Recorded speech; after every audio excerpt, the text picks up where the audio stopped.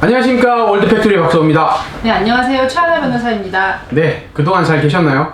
이제 좀 더위가 가시고 요즘에는 좀 선선한 바람이 불 때 위험한 일들이 도사릴 수도 있고 감기도 많이 걸리고 건강관리 잘 하셨으면 좋겠습니다. 오늘 할 주제는 근로기준법이 누구에게나 같게 적용되는가 라는 주제를 가지고 한번 이야기를 해보려고 합니다.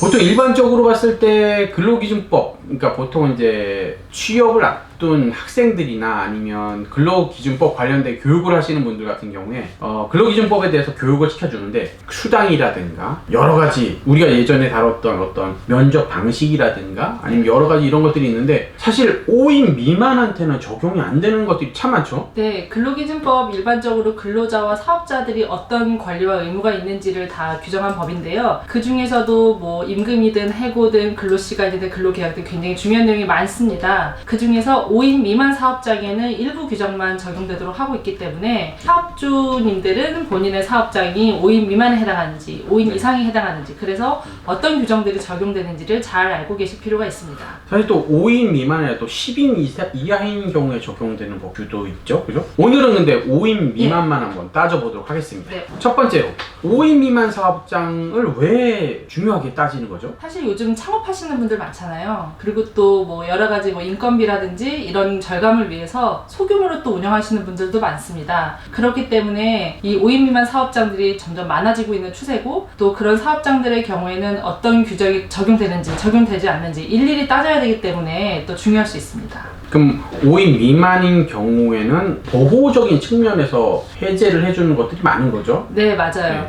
왜냐면 소규모 사업장이기 때문에 소규모 사업장의 어떤 일부 규정들을 적용하지 않게 함으로써 좀 혼란을 없애는 그런 취지라고 보시면 됩니다. 그러면 이제 5인 미만 사업장에 근데 이하 사업장도 아니고 미만 사업장이에요? 그러면 이걸 어떻게 계산을 하죠? 상시 뭐 근로자도 있고 뭐 상근, 비상근 뭐 이런 것들도 있는데 요것도 벗어나서 뭐 아르바이트 하는 사람들도 있고 단시간 근무자들도 있죠. 예, 이게 어떻게 계산하죠? 혹시 월드팩토리는 지금 근무하는 근로자가 몇 명이나 되나요? 아, 저희 직원은 수는 비밀입니다. 아, 비밀입니다.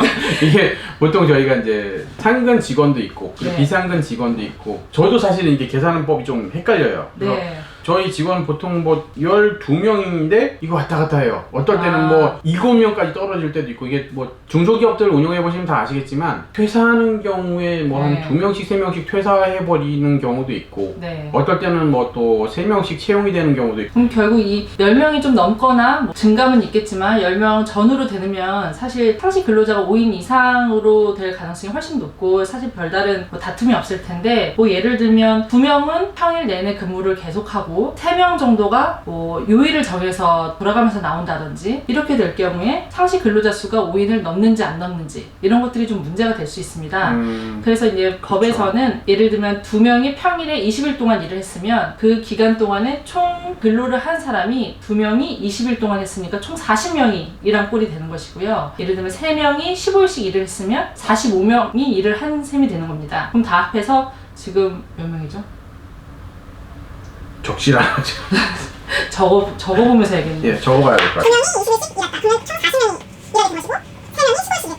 그러면 총 45일 일한 게 된 것이거든요. 네. 그런데 이 근로자들을 가동한 명이 일수가, 아니라 이제 일수로. 그렇죠. 일수가 되는 거죠. 예, 일수로. 그럼 그 가동한 일수가 20일이 됐기 때문에 이렇게 나누게 되면 5인이 되지 않는 겁니다. 평일 근무를 2명이 하고 뭐 단기간 근로자를 뭐 3명씩 썼다고 하더라도 계산한 결과는 5인이 안 되는 거죠. 그러면 일하는 시간으로 계산해가지고 법정 근로 시간을 나누는 거죠. 네, 그렇죠. 일수로 나누는 거예요. 만약에 이 뭐 5인 미만 사업장이 해당하는지 해당하지 않는지 이렇게 달라지는 법 규정을 적용해야 할 시점이 5월 1일이다 하면 그로부터 30일 동안 즉 4월 1일부터 4월 30일까지 몇 명이 며칠 근무했는지 총 계산을 한 것을 가동 일수로 나눈 것이 이제 5인이 넘냐 안 넘냐 이렇게. 그러니까 근무 계산이 됩니다. 일이 아니라 시간으로 나누는 거죠, 그죠? 근무 일로 나눈 거죠. 그럼 여기에는 8일 곱하면 8시간을 기준으로 나눈 거 아닌가요? 시간으로 해서 138시간이 나오면 28로 나눴을 때 4점 몇 이렇게 나오는데 138일. 138시간 아닌가요? 여기 아니 3명이 20일. 그러면 3명이 20일을 일하고 네. 2명이 8일을 일했을 때 그 일수로 계산한다고? 네, 일수로 나누면 하루에 평균 몇 명이 근로했는지가 나오는 거죠. 헷갈린다. 좀 어렵습니다. 개념은 어렵지만 여튼간에 일로 계산을 해가지고 실제 가동 그 근무한 일자로 나누면 돼요. 한 번 더 해볼까요? 만약에 3명이 20일씩 일했습니다.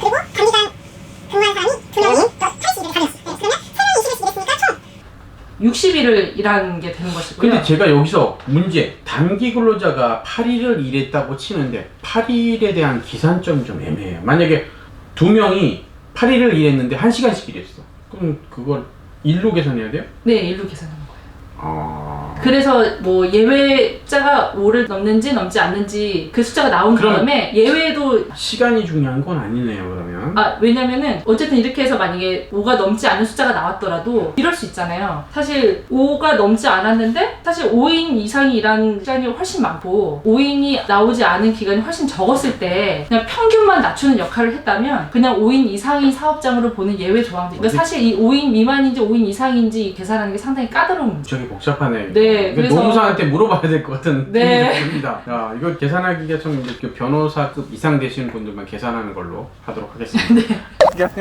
가만히 있어. 가만히 좀. 상시 근로자를 포함이 된다, 포함이 안 된다, 이런 기준은 어떻게 정하죠? 일단 사업주는 근로자가 아니니까 포함이 안 되겠죠. 그러면 뭐 인턴처럼 한시적으로 오는 사람은 포함이 될 것인가? 그러면 인턴 중에서 소정의 근로의 대가를 받고 있는 사람이라면 사실 그 근로자에 포함이 됩니다. 다만 뭐 파견 근로자는 제외가 될 것이지만 통상 근로자든 기간제 근로자든 아니면 단시간 근로자든 그 형태를 불문하고 모두 상시 근로자에 포함이 됩니다. 우리나라가 예전에 영화에서 본 얘기긴 하지만 IMF 시대 때 그 외환 문제가 일어났을 때 빚이 많아가지고 이제 국가 부도 전에 IMF를 받았죠, 그죠? 네. IMF를 받았을 때 그 조건이 고용과 네. 해고가 좀 쉽게 만들기 위해서 이제 비정규직을 만들어냈고 비정규직에서 또 이제 파견 근로자 뭐 이런 관련 법들을 만들어냈어요. 이때 만들어낸 게 지금까지 계속 유지됐던 거잖아요, 그죠? 그래서 사실 저는 이제 회사를 운영하는 입장에서 봤을 때 뭐 정규직과 비정규직 사실 잘 모르겠어요, 느낌이. 네. 근데 뭐 정규직이 다들 더 좋다고 하니까 정규직이 더 좋은 걸로 알고 있는데 뭐 자세한 내용을 디테일한 내용들은 저도 이제 그 너무 전문가가 아니기 때문에 사실 잘 모르겠더라고요. 그러니까 법도 이제 그러니까 뭐 기업을 운영하는 데 있어서는 또 합법적으로 운영하는 것이 롱런할 수 있는 비결이 아닌가라는 생각이 됩니다. 그래서 이제 웬만하면 법을 다 지키는 그런 사회를 만들기 위해서 또 이런 영상도 찍어서 알려주는 거겠죠. 저도 몰랐던 법들을 많이 알게 됩니다. 영상 덕분에. 예. 가만히 있어. 가만히 좀. 그러면은 그 5인 사업장에 적용되지 않는 대표적인 규정들이 어떤 게 있을까요? 어떻게 보면 혜택이라고 할 수 있겠죠. 그러니까 5인 이상인 사업자들한테는 적용이 되는데 네. 5인 이하한테는 해당이 안 되는 그런 네. 예외로 적용이 안 되는 규정이 뭐가 있을까요? 대표적으로 연차 휴가 조항이 적용되지 않습니다. 1년에 80% 이상 근로하는 근로자에게는 15일의 유급 휴가를 주어야 하는 것이 근로기준법에 규정이 되어 있는데요. 이렇게 5인 미만 사업장에서는 연차 휴가를 제공하는 법규가 적용이 되지 않습니다. 월차 연차 이게 적용 안 된다. 네. 그럼 작은 회사들 다들 작은 회사에서도 보면 저희 회사도 마찬가지지만 일이 있어서 쉰다라고 하면 쉬게 해주거든요. 그러니까 작은 회사들은 그렇게 좀 유도리를 많이 부리는 것 같아요. 네, 뭐 어쨌든 어떤 휴가나 휴게 시간을 주어야 하는 거니까요. 네. 또 하나는 뭐 연장 수당, 야간 수당, 그리고 휴일 수당이 보통 통상 임금의 50%를 지급해야 되는데 그 규정도 적용되지 않습니다. 이거 되게 억울해 보이는데요, 왠지. 네. 야근을 했는데 수당을 안 줘. 네, 그래서 좀 작은 회사에 어떻게 보면 업무의 강도가 셀 수도 있는데 또 이런 맞습니다. 규정이 적용이 되지 않는 점에서는 좀 문제가 있죠. 맞습니다. 좀 안타깝네요. 근데 뭐 작은 회사 같은 경우 사람 구하기 힘들어서 네. 저희 회사도 뭐 열심히 일한 직원들에게는 뭐 보너스처럼 이렇게 제공을 하거나 근데 사실 뭐 대기업도 마찬가지고 저희 작은 기업들도 마찬가지일 텐데 딱 정확한 시간을 이렇게 계산을 딱 하기가 좀 애매할 때가 많아요. 뭐 회사에서 잠깐인데 누구 기다리느라고 뭐 한두 시간 있었어. 이걸 계산해가지고 참 주기가 애매하거든요. 네, 아니 뭐 회식하려고 하는데 뭐 어떤 부서는 끝났고 어떤 부서는 안 끝났어. 뭐 1시간 정도 기다려야 돼. 이거를 추가 근무로 봐야 되나? 뭐 이런 것도 애매하거든요, 그죠? 회식도 뭐 근무 연장이기 때문에 뭐 뭘 그렇게 추가 근무로 볼 수도 있겠지만 이게 서로 이제 뭐 법은 법이니까 뭐 준법 투쟁이라는 거 있잖아요. 네. 준법을 다 했을 때 문제가 나오는 것들이 많이 있기 때문에 준법 투쟁을 하게 되는데 그런 것들을 좀 약간 유도리 있게 서로 이제 맞춰 나가니까 판례로서 맞춰 나가면 좀 이런 부분을 다 따지고 들지는 않을 것 같아요. 정당한 이유 없이 해고할 수 없는 해고 제한 규정이 있는데요. 이 규정이 적용되지 않아서 부당 해고가 있더라도 구제 신청을 하지 못하게 됩니다. 야, 그럼 요거 때문에 그게 되게 이 규정 때문에 네. 임신을 했어. 저 육아 휴직을 좀 받아야겠는데요. 너 해고야. 뭐 이런 게 끝인 거다, 그죠? 뭔가 다른 이런 피해 나가는 법들이 있기 때문에 조만한 회사에서는 육아 휴직을 받을 수가 사실상 없을 것 같습니다.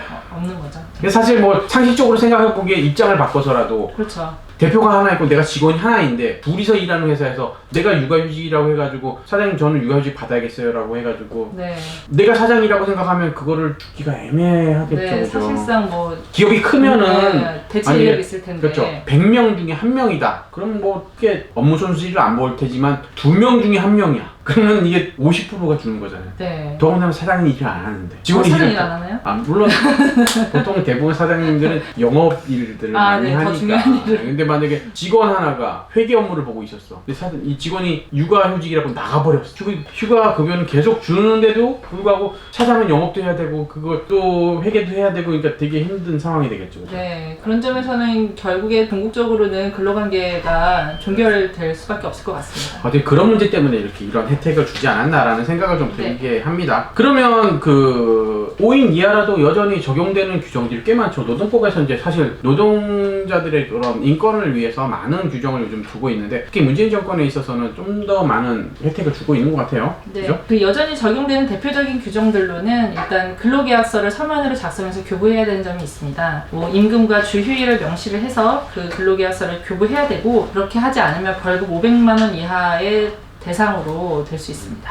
그러면 이제 근로계약서를 꼭 작성을 해야겠네요. 네, 그리고 또 최저임금도 여전히 적용 이건 대상이고요. 뭐 당연한 것 같아요. 네, 그리고 퇴직금도 계속 근로연수가 1년 이상인 근로자가 있을 경우에는 지급을 해야 합니다. 이것도 당연한 것 같고 네. 일을 했으니까. 그리고 아까 해고에 대한 제한 규정은 적용되지 않지만 해고를 하는 절차에 있어서는 해고 예고 제도라고 있는데요. 해고를 하기 30일 전에 이제 통지를 서면으로 하는 것인데 그 절차 규정은 여전히 적용이 됩니다. 예. 일단은 뭐 거의 당연하게 받아야 될 거는 받아야 될 것 같고 최소한의 꼭 지켜야 하는 것들은 해고가 여전히 쉬운 반면에 한 달은 줘야 된다. 네. 그러니까 뭐 자를 수는 있지만 그래도 한 달 동안 너 알아봐라. 네. 그런 그 유예 기간 같은 네. 그런 게 줄 것 같습니다. 네. 그래서 근데 사실은 작은 회사들 같은 경우에는 사장이 자르기 전에 그냥 금방금방 때려치는 경우가 많아서 그러니까 또 다른 애로사항이죠. 맞습니다. 네. 이게 저희 그 작은 회사들은 뭐 그런 경우가 있더라고요. 뭐라고 한마디를 하면 제가 잘못했습니다. 열심히 하겠습니다. 이게 정답일 텐데 네. 제가 잘못했습니다. 오늘부로 그만두겠습니다. 이런 식으로 얘기하는 경우가 있습니다. 많습니까? 많지는 않고요. 그러니까 요즘 젊은 친구들 같은 경우에는 이제 우리 때보다는 덜 혼나고 컸던 친구들이 많잖아요. 그러니까 저희가 학교 다닐 때만 하더라도 이제 선생님이 때리면 때리나 보다 이러고 살았던 시대다 보니까 좀 약간 내성이 좀 있다 그럴까? 좀 더 그런 경우 있잖아요. 군대도 이제 해병대를 갔다 오면 해병대만큼의 고통까지는 참을 수 있는 거예요. 네. 그러니까 일반 군대를 갔다 온 사람들은 일반 군대만큼 어떻게 보면 자기가 제일 힘들었던 것까지 참을 수 있을 것 같은데 그런 면에 있어서는 요즘 젊은 친구들이 조금 약간 약하지 않나라는 생각이 좀 듭니다. 물론 뭐 젊은 친구들이 잘못됐다라고 비하하는 건 아닙니다. 하지만 좀 더 끈기가 더 있게 좀 버텨주는 그런 게 있으면 더 좋지 않을까라는 생각에서 한번 말씀을 드려본 거예요. 물론 그렇다고 해가지고 이제 선생님이 패고 구타하고 이런 거에 대해서는 전 정당화해야 된다고 생각하지 않습니다. 왜냐면 저희들도 어렸을 때 맞았던 그런 기업들 중에서 정말 안 좋은 기업들도 많거든요. 그런 부분에 대해서는 팽이 정당화될 수는 없다라고 보여지지만 좀 요즘 젊은 친구들의 끈기가 없는 부분에 대해서도 조금 더 반성을 해봐야 되지 않을까라는 생각이 듭니다. 하지 마. 가만히 있어. 가만히 좀. 자, 근로기준법 적용 누구에게나 같게 적용되나 라는 부분에 대해서 한번 알아봤습니다. 자, 5인 미만 사업장에 적용되는 이야기를 오늘 해봤고요. 다음번에는 10인 이상 아니면 10인 이하 이렇게 적용되는 법규도 있죠. 네. 예, 그런 법규에 대해서도 한번 알아보도록 하겠습니다. 그러면 다음 시간에 다시 뵙겠습니다. 지금까지 월드팩토리 박소였습니다. 최하나였습니다. 안녕. It's delicious.